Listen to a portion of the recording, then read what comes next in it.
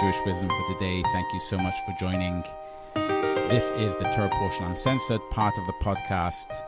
If you like this podcast, please leave a review, share it, leave a comment wherever you see this podcast. That helps other people also to see it. Thank you so much. Now let's jump into this episode. The Torah portion at hand is the Parsha of Shoftim, which is found in Deuteronomy. The previous episode, we spoke about the Parsha of Re'eh, which is also in Deuteronomy. Re'eh and then Shoftim, they are a sequence of Parshiot in the Torah. What we discussed last episode was false prophets and from the perspective of Maimonides. Now I want to talk about false prophets from the text itself. And it could be that one should see these two episodes in sequence, and perhaps one should listen to this one before one listens to the previous one. Be that as it may. In both of these Torah portions, both in Perek Yud Gimel, chapter 13, and in Perek Yud Ches, chapter 18, it talks about the false prophet. And I pondered, why do we need these two sections talking about false prophets? Shouldn't they both be in one section? It's all about false prophet, put it all in one section. Why have two sections? And I analyzed this text quite deeply, and I tried to see whether I could put them together as one text. And I played around with the verses this way and that way to try and fit them together so we could have them as one text. And what I realized was that actually these are two texts, and they're two separate contexts in which it talks about a false prophet, and therefore they ought to be separate. So after I tried to play with it and put these texts together to see whether one could actually have it all in one sequence, in one package of verses and laws about false prophet, I came to recognize that actually that's not the case. One should have them separate. So I want to take you through that and explain a little bit about what these two sections about false prophets are all about, and what can we learn from them, and what wisdom teachings we can have from them, what truths exist through them. Because I think it's very instructive for how Judaism has evolved and how Judaism should be viewed as today. So let's jump right in to talk about false prophet, the way it's found in chapter 13. So in the first verse of chapter 13, Pasuk Aleph Perek Yud Gimel, it says, "Eis kol hadavar asher anochi mitzav eschem oisos tishmeru la'asos lo soisef olav v'lo sigra mimenu." All the things that I, in other words God, commanded you, those you should guard and do not add on them and do not take away from them. So that's the context in which it talks about a false prophet.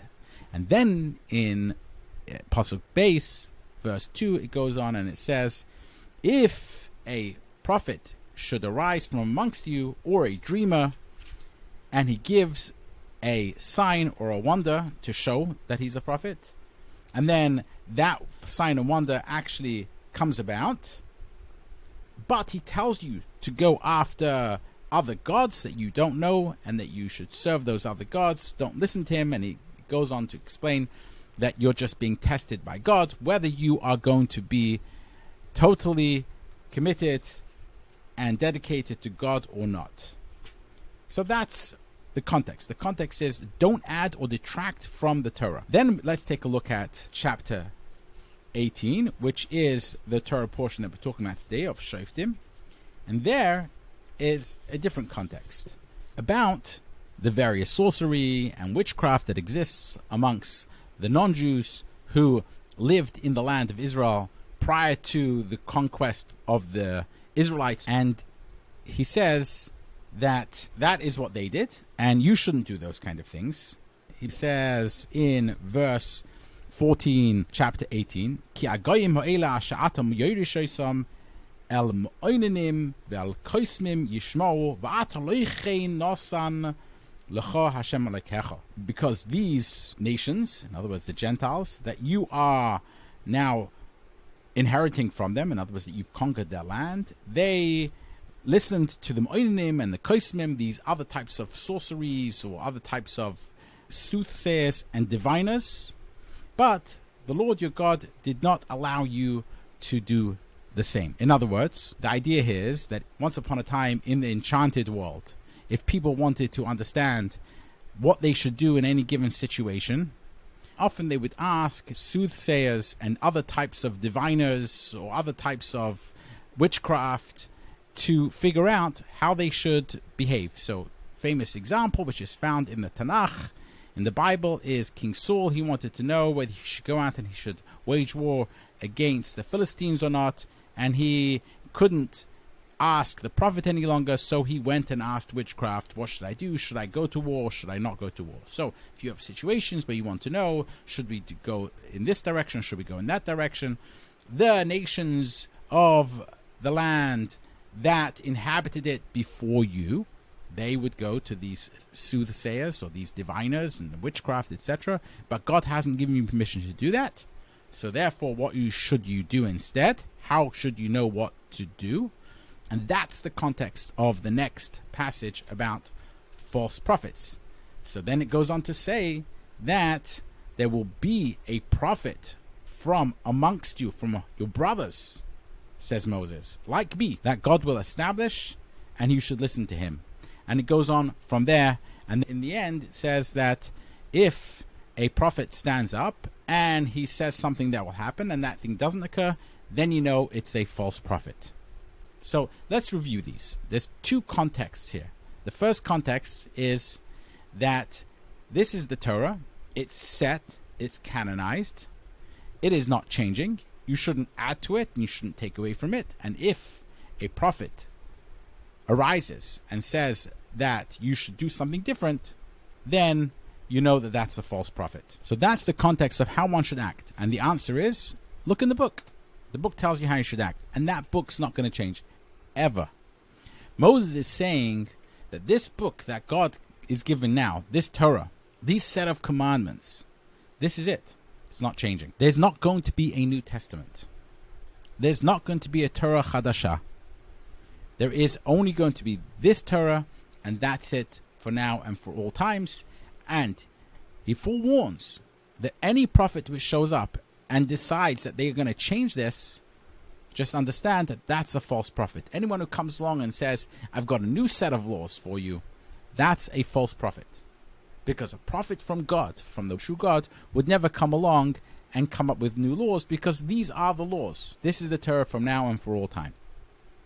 Then there's another thing that a prophet needs to do, and that is to give guidance in the gray areas, in the areas which aren't set out by the Torah itself. Should we go to war against this enemy, or should we not go to war against this enemy? How should we behave from a national perspective in things which aren't expressed explicitly in the Torah, and things which are going to be dependent about how a future will unfold?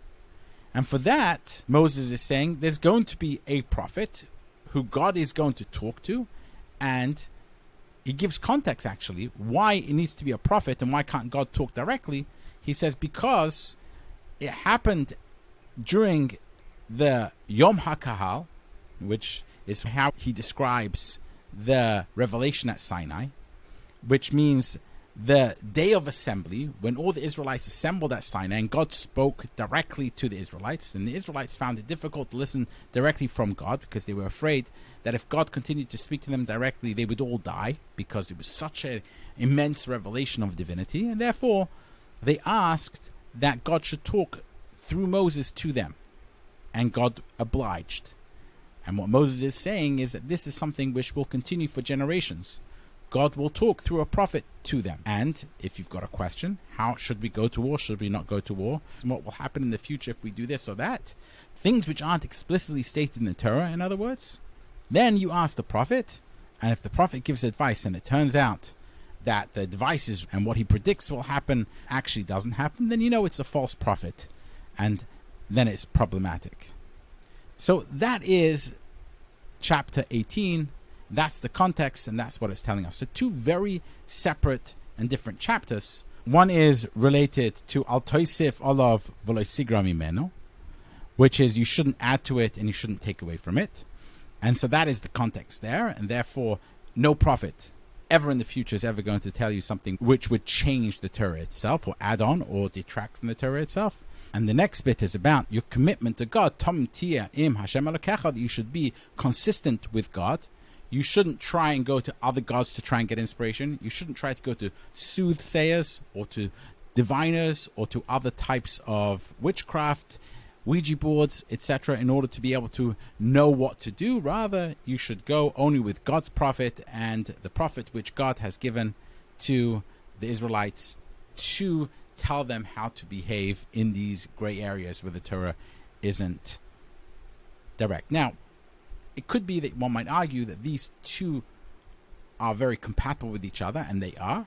And I think the reason why they're put in separate sections is because one section is the context of the Torah itself. What is the significance of the Torah? It's there for always. And the next bit is about your commitment to God and not going through other ways in which you can actually talk to the divine, and only do it through God and God's prophet. And you shouldn't do what the other nations who lived in this land did. They used other methodologies in which to talk to God. So those are the two contexts here. Now, what you can learn from this is the role of the prophet. So I would argue that one can see from this that the role of the prophet, according to the Torah, is partly spiritual leader and partly the person who tells us what the future is going to be based on actions that he tells us to take. And accordingly, in both of these chapters, chapter 13 and chapter 18, you have both the positive and the negative. Now, in chapter 13, the negative is explicit, the positive is implicit. What I mean by that is, it says explicitly that if this person comes along, this prophet, and says that you should serve other gods that are not told about here, or to add to or subtract from the Torah, then you know that that's a false prophet. Implicit in that is the idea that the prophet's job is to encourage the Israelites to follow the Torah of Moses. Not a new Torah, but the Torah of Moses. So a prophet will never come along and say to do something different. Implicit in that is that the job of the prophet, when he does show up, is to encourage the masses to follow the Torah of Moses and not to bring about a New Testament or a new Torah or Torah. In chapter 18, we find the positive and the negative. So the positive is that God is going to allow for and speak to prophets in the future, like Moses, although qualitatively, perhaps according to Maimonides, different in the types of prophecy and the prophet himself. However, there is this idea that God will continue to talk to the Israelites through a prophet, and therefore you don't need to go to diviners, you don't need to go to soothsayers, you don't need to go to any kinds of witches. You just need to listen to God through his prophet. So God will have a prophet in the future. So the role of the prophet, in the positive sense, therefore, is to guide the Israelites about future events. And if it's a real prophet and a true prophet, then that prophet's prophecy will come to pass. We can see from that the negative, and the negative is that he shouldn't come along and just make up things and just try and use his position in order to be able to manipulate the people to do things differently. And how do you know whether he's manipulative or not? How do you know it's a real prophet? If the things he says will happen actually come to pass.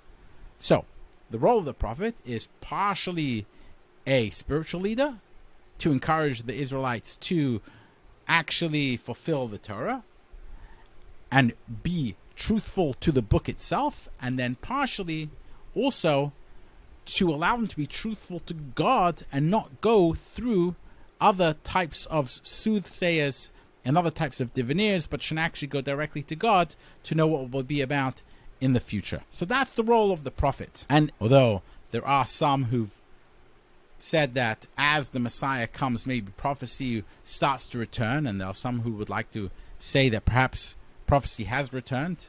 We haven't yet seen evidence of that. So anyone who comes along today and says they're a prophet, I think one should be highly, highly skeptical of that. But definitely the role of the religious leader is very much described here, and that is the person who's there to encourage the people to keep to the words of the Torah, to dedicate it and commit it to the Torah, and not to change the Torah in any kind of way. And what's really interesting is that this really negates the entire Christianity, because Christians also believe in the 5 books of Moses, and in the 5 books of Moses it's said explicitly that no prophet who comes in the future is going to either detract or add to this, and if he does, then it's a false prophet. So that's what the book itself says. So all of a sudden you have someone who comes along and he says, well, I'm going to change this and I'm a prophet. Well, then that's a false prophet. So that's really interesting, that in a sense, the 5 books of Moses itself, the book of Deuteronomy, negates the idea of Christianity, but it also negates the idea of a future Messiah who might come along and change things in the Torah. So that's another interesting thing, that this doesn't change, it never changes, and anyone who does say that it might change in the future, even if that person claims to be the Messiah, well, the book seems to negate that itself directly. Anyway, this is what I've shared. Again, this episode together with the previous episode, they both come together to give the full context of prophecy and false prophecy as is found in the Torah. Thank you so much for joining. This has been Levi Brackman with Torah Portion Uncensored on the podcast Truths, Jewish Wisdom for the Day. Thank you so much for joining, and until next time.